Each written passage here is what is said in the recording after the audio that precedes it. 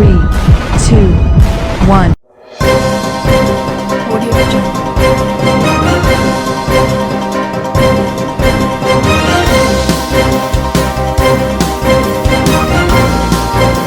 Audio Jungle. Audio Jungle.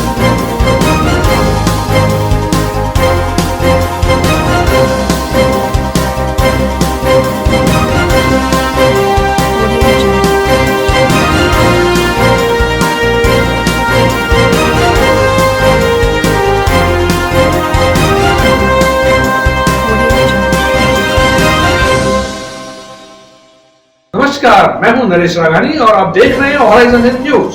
भाजपाइयों पर हुए लाठीचार्ज और प्रदेशाध्यक्ष पूनिया पर हुए हमले के विरोध में ओबीसी मोर्चा का प्रदर्शन। भारतीय जनता पार्टी अनुसूचित जाति मोर्चा देहात ने जिला मुख्यालयों पर फूंका मुख्यमंत्री अशोक गहलोत का पुतला। रीट 2021 पेपर लीक प्रकरण की सीबीआई जांच कराने की मांग को लेकर भारतीय जनता पार्टी के प्रदेशाध्यक्ष सतीश पूनिया के नेतृत्व में भाजपा युवा मोर्चा द्वारा 1 फरवरी को जयपुर में मुख्यमंत्री अशोक गहलोत को ज्ञापन देने जा रहे भाजपा कार्यकर्ताओं पर पुलिस द्वारा किए गए लाठीचार्ज के विरोध और प्रदेशाध्यक्ष सतीश पूनिया पर कांग्रेसी गुंडों द्वारा किए गए प्रायोजित हमले के विरोध में भारतीय जनता पार्टी प्रदेश नेतृत्व के आह्वान पर प्रदेश भर के समस्त जिला मुख्यालयों पर मंगलवार को भाजपा अनुसूचित जाति मोर्चा देहात द्वारा विरोध प्रदर्शन कर महामहिम राज्यपाल के नाम ज्ञापन सौंपकर मुख्यमंत्री अशोक गहलोत का पुतला फूंका गया।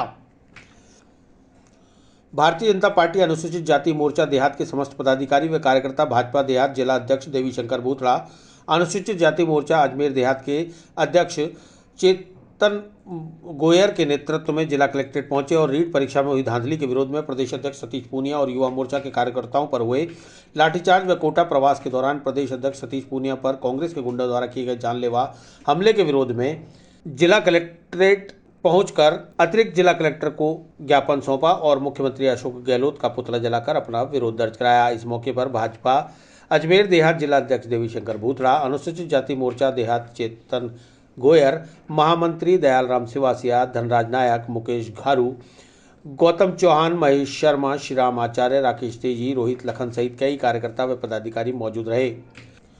जिला अध्यक्ष देवीशंकर भूतड़ा ने बताया कि जिस तरह से कांग्रेस सरकार के राज में युवाओं और बेरोजगारों के हकों पर कुठाराघात हो रहा है, साल भर तक परीक्षा की तैयारी करने के बाद अभ्यर्थियों की मेहनत पर सरकार के ही कुछ मंत्रियों और अधिकारियों की कारगुजारियों के चलते पानी फिर गया, क्योंकि उन्होंने अपनी जमीर को पैसों में बेचकर पेपर आउट करा दिया और अब विपक्ष द्वारा बनाए गए दबाव के बाद आखिर अशोक गहलोत ने कुछ अधिकारियों को बर्खास्त करने के बाद रीट परीक्षा रद्द करने का ऐलान कर दिया। ऐसे में उन अभ्यर्थियों पर क्या गुजरी होगी, उस पर भी लोकतंत्र की आवाज़ को कुचलने का प्रयास राजस्थान पुलिस के द्वारा किया गया, जिसकी भाजपा पुरजोर निंदा करती है। शांतिपूर्ण तरीके से रीट परीक्षा में की गई धांधली की जांच कराने की मांग कर रहे भाजपा कार्यकर्ताओं पर लाठी बरसाकर दमनात्मक कार्रवाई की गई। ऐसे में मुख्यमंत्री को अपने पद पर रहने का कोई हक नहीं है। मोर्चा पदाधिकारियों ने कलेक्ट्रेट के बाहर जमकर नारेबाजी करते हुए मुख्यमंत्री अशोक गहलोत के पुतले को जलाकर अपने आक्रोश का इजहार किया है। हाँ भाई साहब, आज किस तरह का विरोध प्रदर्शन? राजस्थान के अंदर रीट परीक्षा को लेकर कर जो धांधली हुई है, उस विषय को लेकर कर भारतीय जनता पार्टी चरणबद्ध तरीके से आंदोलन चला रही है।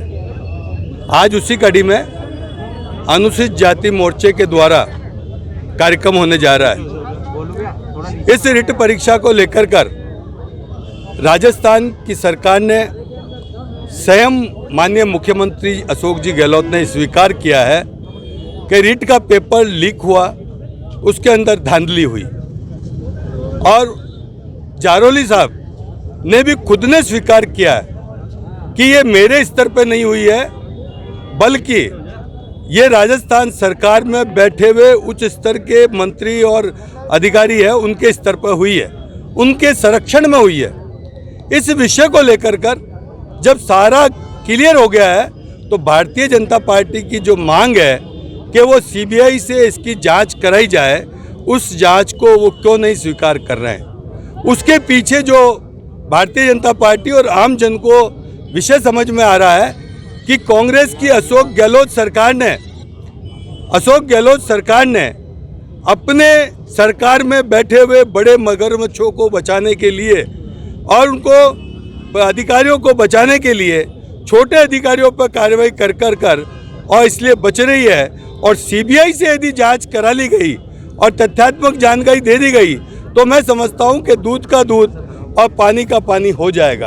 इन सारे विषयों को लेकर क्योंकि राजस्थान में 3.5 वर्ष से जिस तरीके से पेपर लीक होना और उसके बाद नकल और पेपर लीक के गिरोह पैदा हो गए हैं और इसके साथ साथ बलात्कार हो, चाहे डकैती हो, चाहे लूट हो, ये सारे ऐसे विषय हैं जिन विषयों को लेकर भारतीय जनता पार्टी लंबे समय से आंदोलनरत है। और विशेष रूप से इस रीट की धांधली को लेकर जो माननीय सतीश जी पूनिया ने इस सरकार को घेरा है वो चारों तरफ से घिर गई है और चारों तरफ से सरकार घिरने के बाद भारतीय जनता पार्टी के प्रदेश अध्यक्ष पर जिस तरीके से कातिलाना हमला कराया है वो बेहद निंदनीय और शर्मनाक है। हम इस आंदोलन के अंदर ये विषय जोड़ते हुए कि उन असामाजिक तत्वों को उनको कार्रवाई की जाए और रिट पेपर की सीबीआई से जांच कराई जाए।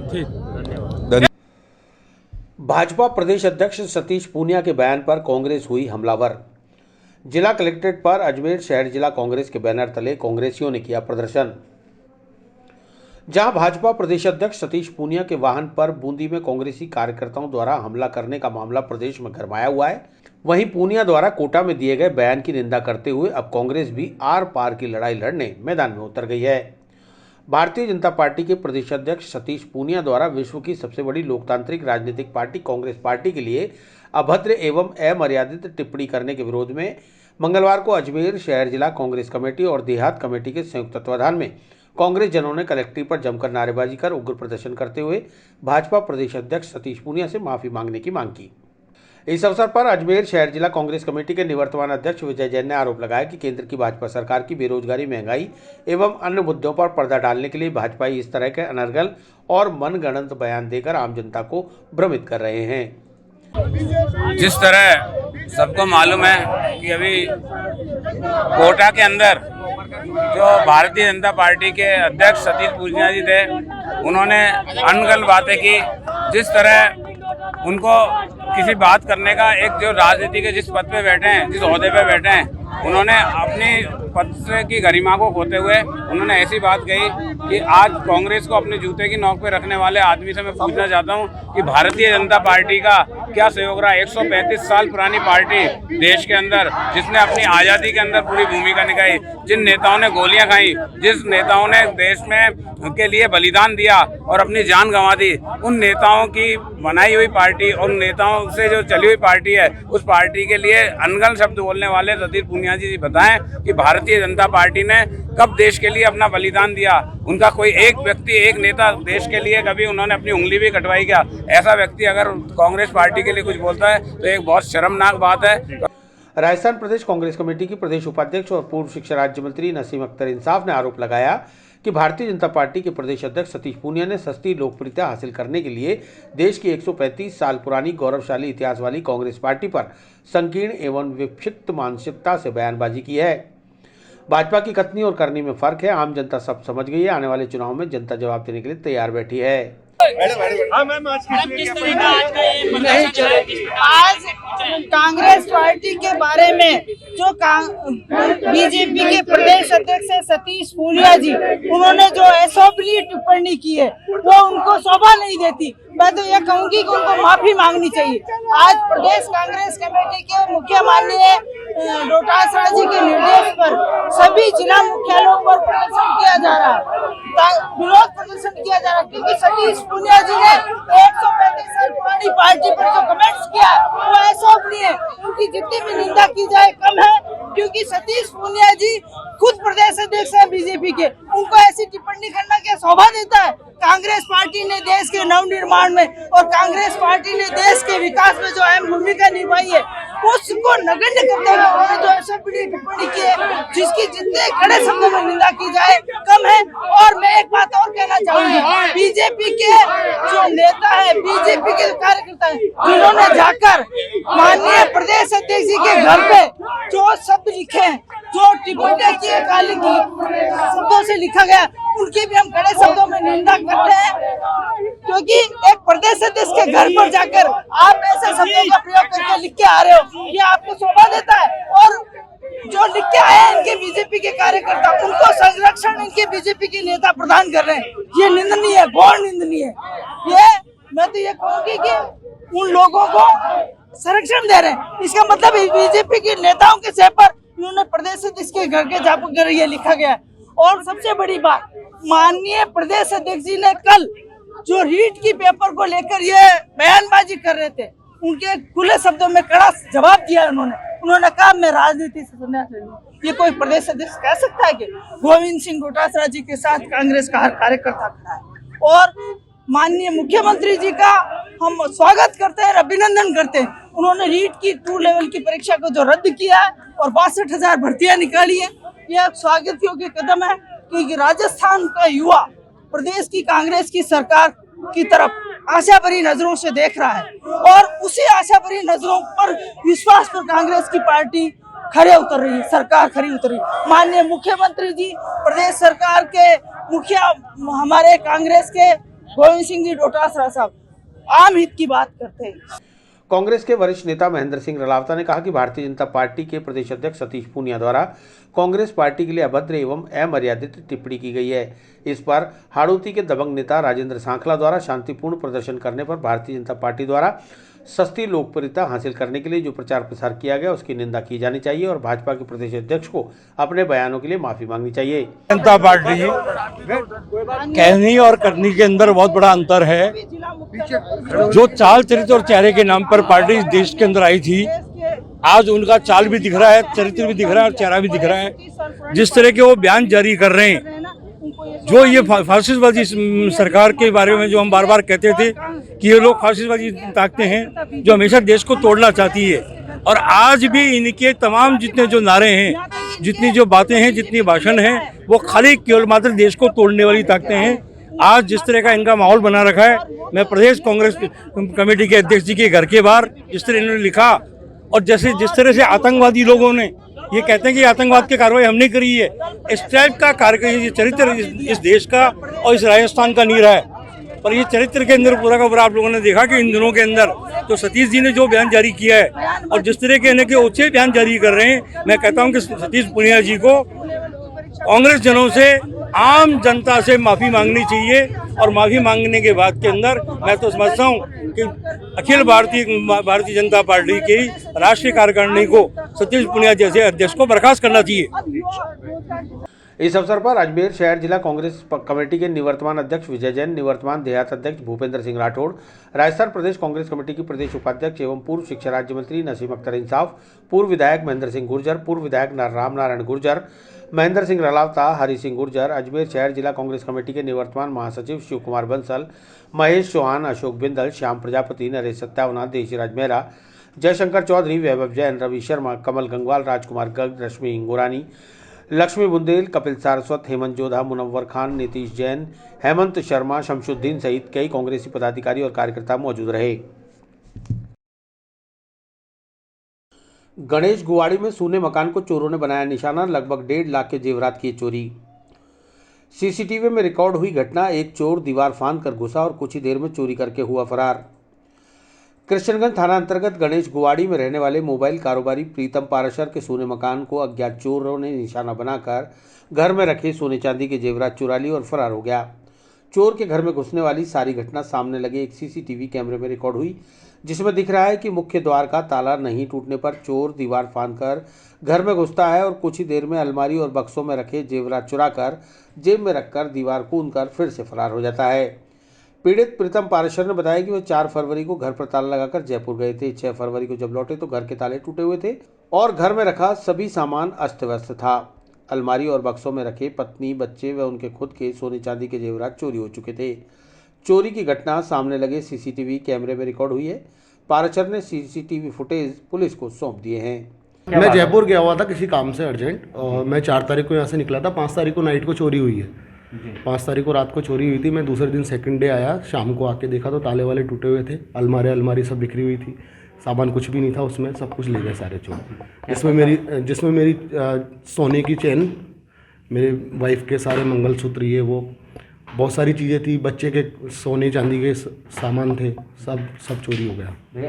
कितना कैश वगैरह? कैश कुछ भी नहीं था मेरे पास, उसमें कैश नहीं रखा हुआ था। लगभग करीब 1.5 लाख रुपए के आसपास का सामान गया मेरा। कोई सीसीटीवी फुटेज वगैरह है मेरे पास, मैं दूंगा अभी थोड़ी देर में थाने में। फिर कृष्णगंज थाना। मैं गणेश गवाड़ी G1310 मकान नंबर है मेरा। मेरा मोबाइल का काम है। नहीं, मैं और मेरी वाइफ, मेरी बेटी, तीनों। थाने के एएसआई नाथुलाल ने बताया कि प्रीतम पाराशर की रिपोर्ट पर चोरी का मामला दर्ज कर लिया गया है और अनुसंधान जारी है। ये प्रीतम पाराशर ने एक रिपोर्ट दी कि मेरा मकान गणेश गवाड़ी में G1310 है और दिनांक 6 फरवरी 2022 को मैं कहीं गया हुआ था घर के लॉक लगा करके, और 7 तारीख को सुबह आया तो घर का लॉक टूटा हुआ मिला और चेक किया तो एक अलमारी और बक्से में से सोने चांदी के जेवरात चोरी करके कोई अज्ञात चोर चोरी कर ले गया है। तो जेवरात में क्या क्या बताया? जेवरात में चेन, अंगूठी, नाक के लौंग ये है। नगद नहीं है। नगद नहीं है। हाँ, फुटेज देख रहे हैं, पास में सामने CCTV लगा हुआ है, उसमें से हम देख करके प्रयास कर रहे हैं कि जल्दी से जल्दी इस चोर को जो है पकड़ने की कोशिश करेंगे। ख्वाजा गरीब नवाज के 810वें उर्स में यात्री भार कम रहने से रोडवेज को नहीं हो पाई अपेक्षित आय। कायड़ विश्राम स्थली से फव्वारा चौराहे तक जायरीनों को लाने ले जाने के लिए लगाई गई हैं बसें। ख्वाजा गरीब नवाज के 810वें सालाना उर्स में रोडवेज प्रशासन ने यात्रियों की सुविधार्थ 2 फरवरी से बसों का संचालन शुरू किया। कायड़ विश्राम स्थली से फव्वारा सर्किल और फव्वारा सर्किल से वापस कायड़ विश्राम स्थली तक लाने ले जाने के लिए लगभग 40 बसों का संचालन किया जा रहा है। अजमेर आगार प्रबंधक प्रशासन महेंद्र सिंह ने बताया कि पूर्व की भांति उर्स में जायरीनों की आवक नहीं होने से यात्री भार नहीं मिल पा रहा, जिसकी वजह से रोडवेज को अपेक्षित आय भी नहीं हो पा रही। कोरोना की वजह से मुंबई और गुजरात के कम संख्या में जायरीनों के आने की वजह से भी यात्री भार नहीं मिल पा रहा। कायड़ विश्राम स्थली से फव्वारा सर्किल तक आने के 20 रुपये और फव्वारा सर्किल से कायड़ विश्राम स्थली जाने के 15 रुपये किराया लिया जा रहा है। वर्ष 2020 से पहले उर्स के दौरान जो भीड़ हुआ करती थी वह अब देखने को नहीं मिल पा रही। 810वें उर्स में आज छोटे कुल की रस्म के साथ जहां जन्नती दरवाजा बंद हो गया, वहीं जायरीनों के लौटने का सिलसिला भी शुरू हो चुका है। हमने 2 तारीख से व्यवस्था कर रखी है, उसके लिए कायड़ से फुआरा ये प्राइवेट बस स्टैंड के लिए लाते हैं, वहाँ से आने में वाया गगवाना हो गया 20 रुपये किराया, जाने में यहाँ से 15 रुपये किराए में जाती है। 35-40 बस लगा रखी है। इस पर जायरीन जैसे जैसे दबाव पड़ता है बस स्टैंड से गाड़ी मंगा लेते हैं और इनको बिठा देते हैं जायरीनों को। पिछली बार में इस बार में कितना अंतर आ गया वैसे इनकम से? इनकम का यात्री भार कम है, जायरीन भी कम आए, गाड़ियाँ भी कम आई, तो लोड फैक्टर कम ही रहा। गए साल से कम है थोड़ा। रोडवेज ने तो यहाँ है और हमने चेक पोस्ट लगा रही है जगह जगह, और बाकी फुआरा और कायड़ में ही कैंप कर रखा हमने। अब यहाँ से जाएगी, जो आई थी दरगाह में वो वापस जाएंगी अब यार। हाँ, अब कुल वहाँ से जाएंगे, कुल का चीटा लग गया आज, तो ये वहाँ से दरगाह में थे जो वापस कायड़ जाके अपने गाड़ियाँ जाके निकलेंगे सही रात। इनकम का तो कुछ कह नहीं सकते, अब ये तो यात्री भार पे डिपेंड करता है, लेकिन हाँ है थोड़ा कम है।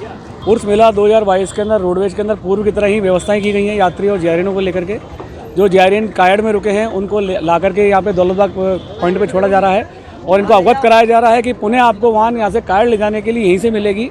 हमारे यहाँ पे 24 घंटे यहाँ पे सेवाएं में राजस्थान रोडवेज बैठी है। कि तंबू के अंदर हमारे यहाँ पे 24 घंटे के अंदर तीनों पारियों के अंदर आदमी लगे हुए हैं, जो टिकट जारी करने का काम, वाहनों का इंदराज करने का काम, यात्रियों की जो संख्या यहाँ से टिकटों में जारी की गई है उनका भी इंदराज यहाँ पे किया जा रहा है। और जो चालक परिचालक यहाँ पे आए हुए हैं उनकी पूर्ण रूप से सोने करने की हर तरह की व्यवस्थाई करी गई है, ताकि रात्रिकालीन सेवा में किसी प्रकार का कोई बाधा ना आए बीच के अंदर। गाड़ियाँ लगा रही है हमारे यहाँ पे सुबह से लेकर शाम तक 250 से 300 गाड़ियों का ट्रिप हमारे यहाँ पे लगते हैं और यात्रियों की जरूरत अनुसार और व्यवस्था अनुसार और अतिरिक्त वाहन भी यहाँ से लगाई जाती है। कोरोना को देखते इस बार भीड़ भी कम नजर आई है। कोरोना और ये चुनाव को देखते हुए भीड़ इस बार काफ़ी कम है। 2020 कोविड से पूर्व जो उर्स मेला भरा गया था उस समय को लेकर आज के समय में दिन और रात का अंतर है। 50% पब्लिक अभी तक नहीं आई है यहाँ पे। बंगाल से और गुजरात से अभी तक वहाँ की एंट्री अभी हमारे पास अभी तक यहाँ पे नहीं आई है। इनकम तो फर्क पड़ेगा। इनकम का बहुत ज़्यादा राजस्व का नुकसान हो रहा है हमारे को इस चीज़ का, लेकिन यात्री नहीं है तो नुकसान तो होना ही है, दिखती सी बात है ये तो। स्वर सम्राज्ञी भारत रत्न लता मंगेशकर को दी श्रद्धा सुमन अर्पित कर श्रद्धांजलि। अजमेर शहर के कलाकारों ने 2 मिनट का मौन रखकर लता दीदी को किया याद।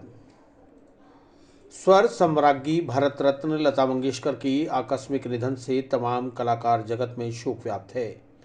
मंगलवार को सुर संगम अजमेर और अजमेर कलाकार एकता मंच के संयुक्त तत्वाधान में भारत रत्न स्वर कोकिला स्वर्गीय लता मंगेशकर को भावपूर्ण श्रद्धांजलि अर्पित की गई। अजमेर के विभिन्न क्षेत्रों से जुड़े कलाकारों ने लता दीदी के चित्र पर पुष्प अर्पित कर 2 मिनट का मौन धारण कर स्वर कोकिला लता मंगेशकर को श्रद्धांजलि दी। सुर सरगम के अध्यक्ष चंद्र प्रकाश निर्वाण और गोपाल बंजारा ने बताया कि लता मंगेशकर जी के जाने के बाद देश ने संगीत की दुनिया से एक अनमोल रत्न को खो दिया है। ऐसा कोई भी पुरस्कार नहीं रहा जो लता मंगेशकर जी को नहीं मिला हो। उनके आकस्मिक निधन से हमें बड़ा दुख है। हम सभी देशवासी यह प्रार्थना करते हैं कि उनकी आत्मा को भगवान अपने श्री चरणों में स्थान दे। लता मंगेशकर जी का नाम हमेशा अमर रहेगा। आज लता दीदी को सभी कलाकारों ने अपनी ओर से श्रद्धांजलि अर्पित की है। आवश्यक था कि हम ऐसी पवित्र आत्मा, ऐसी संगीतमय आत्मा को अपनी भावांजलि, पुष्पांजलि और श्रद्धांजलि दें। आज 8 दिसंबर 2022 को महान पार्श्व गायिका भारत रत्न स्वर कोकिला लता मंगेशकर मैम के लिए श्रद्धांजलि सभा का आयोजन किया गया है। ये आयोजन संयुक्त तत्वाधान में किया गया है। सुर सरगम अजमेर एवं अजमेर कलाकार एकता मंच समिति के द्वारा किया गया है। लता मैम संगीत जगत में एक बहुत महत्वपूर्ण स्थान रखती थी और यही कारण था कि उन्होंने बहुत ऊंचाइयों तक अपना स्थान बनाया है। अनेकों अवार्ड लिए हैं। भारत रत्न जैसा श्रेष्ठ अवार्ड उनको दिया गया है। आज बस सिर्फ पुष्पांजलि अर्पित की गई है, अश्रुपूरित श्रद्धांजलि दी गई है। स्वर कोकिला लता मंगेशकर जी को अजमेर के समस्त कलाकारों द्वारा अजमेर कलाकार एकता मंच और सुर सरगम संस्था की ओर से आज हमने श्रद्धांजलि कार्यक्रम अजमेर के समस्त कलाकारों को यहाँ पर श्रद्धांजलि के लिए आमंत्रित किया था और यहाँ पर बड़े श्रद्धांजलि कार्यक्रम में सब अपने भावना से व्यक्त कर रहे हैं कि इस श्रद्धांजलि कार्यक्रम में सब लोग यहाँ पर आए और अजमेर के जितने कलाकार थे, चाहे गायक हो, चाहे वाद्य यंत्र हो, चाहे बजाने वाले हो, चाहे इंस्ट्रूमेंटल हो, चाहे साउंड वाले हो, सभी लोग यहाँ पर श्रद्धांजलि कार्यक्रम में पधारे। आज अजमेर के समस्त कलाकार यहाँ उपस्थित हैं। मैं ऐसी श्रद्धांजलि, ऐसी शख्सियत के बारे में मैं कुछ नहीं बोल सकता, क्योंकि लता मंगेशकर की जो अपने जीवन में पूरा जीवन उन्हें अपने इस संगीत को साधना के रूप में लेकर, और अब जब वे गीत गाने जाती थी तो चप्पल खोलकर जाती थी, तो ऐसी संगीत साधना वाली लता जी को आज हम श्रद्धांजलि दे रहे हैं और कलाकार इसी बात को लेकर आज श्रद्धांजलि के लिए एकत्रित हुए। स्वर कोकिला लता मंगेशकर को सैंड आर्टिस्ट अजय रावत ने दी कलात्मक श्रद्धांजलि। रेतीले धोरों में भारत रत्न स्वर्गीय लता मंगेशकर की विशाल कलाकृति बनाकर किया नमन। 6 फरवरी रविवार की सुबह भारत की महान गायिका स्वर कोकिला के नाम से विख्यात लता मंगेशकर का 92 वर्ष की उम्र में मुंबई के ब्रीच कैंडी अस्पताल में निधन हो गया। लता मंगेशकर के निधन के समाचार से पूरे देश में शोक व्याप्त हो गया। लता मंगेशकर को श्रद्धांजलि अर्पित करने के लिए जहां देश भर से उनके प्रशंसक मुंबई के शिवाजी पार्क पहुंचे, वहीं तीर्थराज पुष्कर में विख्यात सैंड आर्टिस्ट अजय रावत ने रेतीले धोरों में स्वर्गीय लता दीदी की विशाल कलाकृति बनाकर उन्हें भावपूर्ण श्रद्धांजलि अर्पित की। वर्ष 2001 में लता मंगेशकर को भारत रत्न से नवाजा गया। भारतीय फिल्मों में लता मंगेशकर के योगदान को कभी नहीं भुलाया जा सकता। मात्र 13 वर्ष की उम्र में वर्ष 1942 में गायन शुरू करने वाली लता दीदी ने 1000 से ज़्यादा फिल्मों में अपनी आवाज़ का जादू बिखेरा। लता दीदी ने सिर्फ हिंदी में ही नहीं बल्कि देश विदेश की 36 भाषाओं में 50,000 से भी ज़्यादा गीत गाए। आज वे हमारे बीच नहीं हैं, लेकिन उनकी आवाज़ सदा हमारे साथ रहेगी। आज मैंने पुष्कर के रेतीले धरों में महान सुर साम्राज्ञी, गीतकार, कला की दुनिया की एक रत्न, भारत रत्न लता मंगेशकर जी को श्रद्धा सुमन अर्पित किए हैं, उन्हें शत नमन किया है। वो हमारे लिए प्रेरणा स्रोत हैं। उनके गाए गीत युगों युगों तक हमें प्रेरणा देते रहेंगे, यहाँ गूंजते रहेंगे। विस्तार से पढ़ने के लिए लॉग इन करें horizonhind.com। सच के साथ।